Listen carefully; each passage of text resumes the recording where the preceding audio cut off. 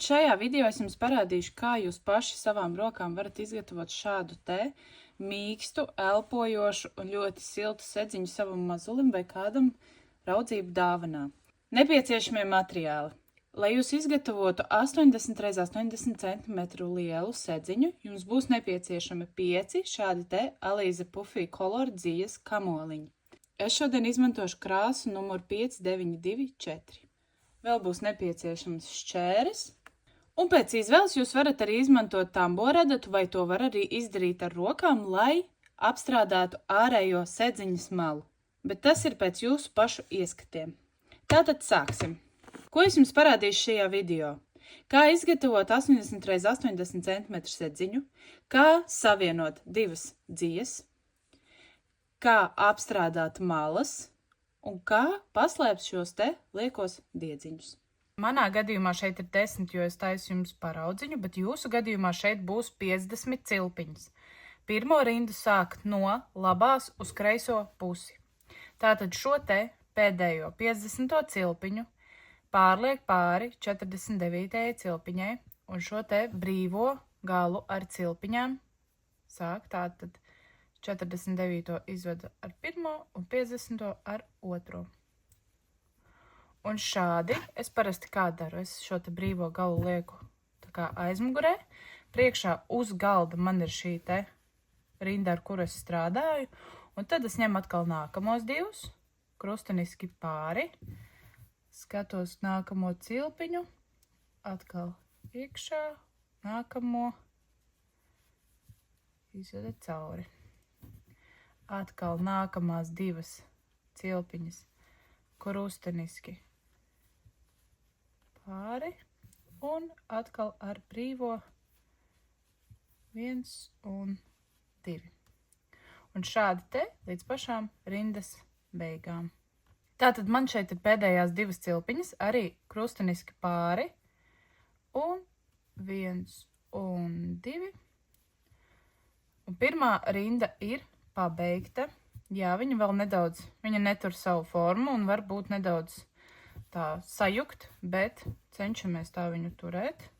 Izņemt visus tos cilpiņus uz augšu, tā lai pašam ērtāk viņus visus pārskatīt.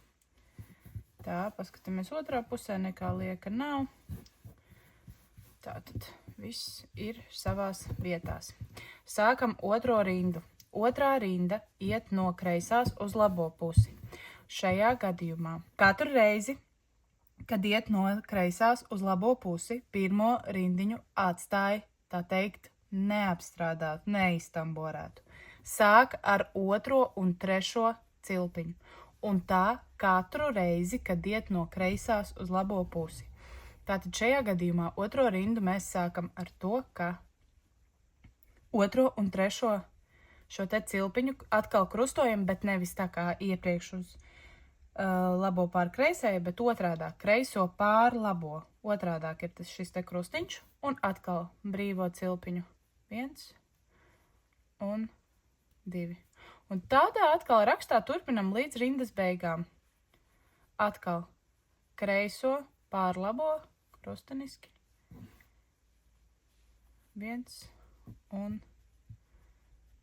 2.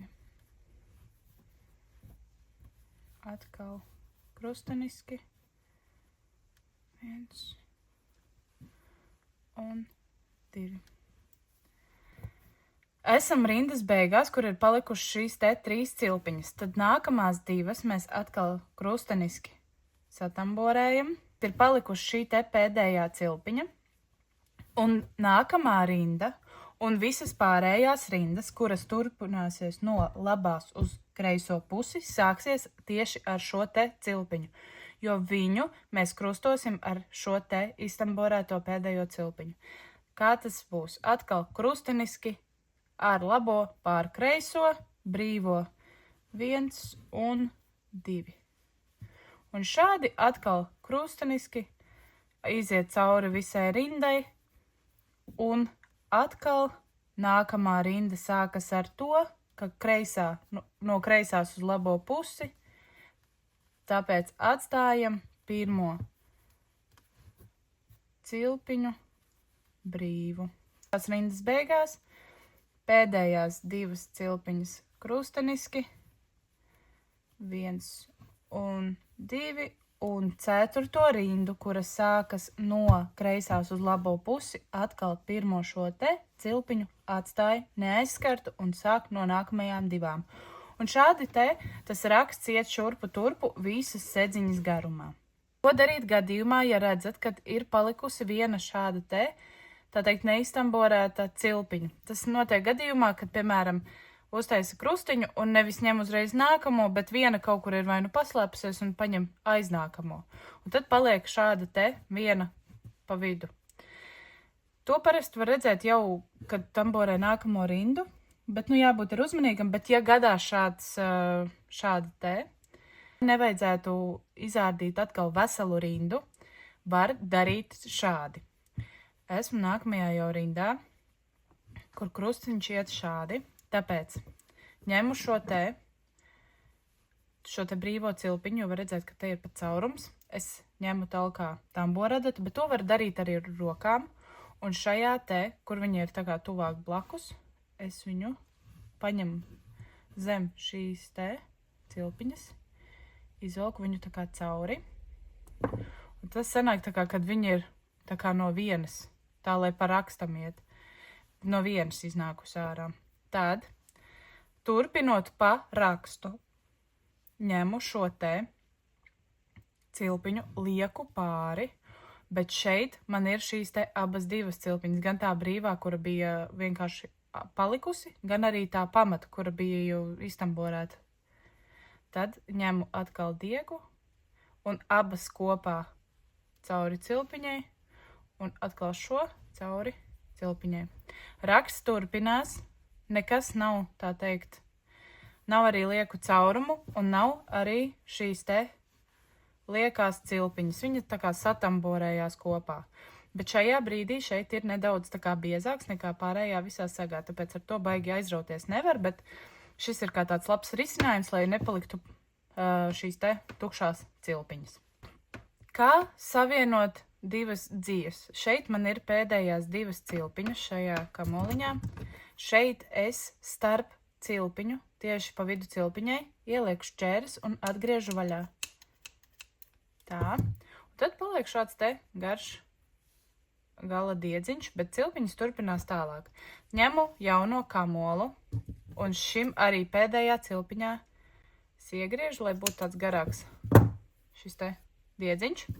Un šos te garos diedziņus es vienkārši sasienu ar 2 mezgliem. 1 un 2.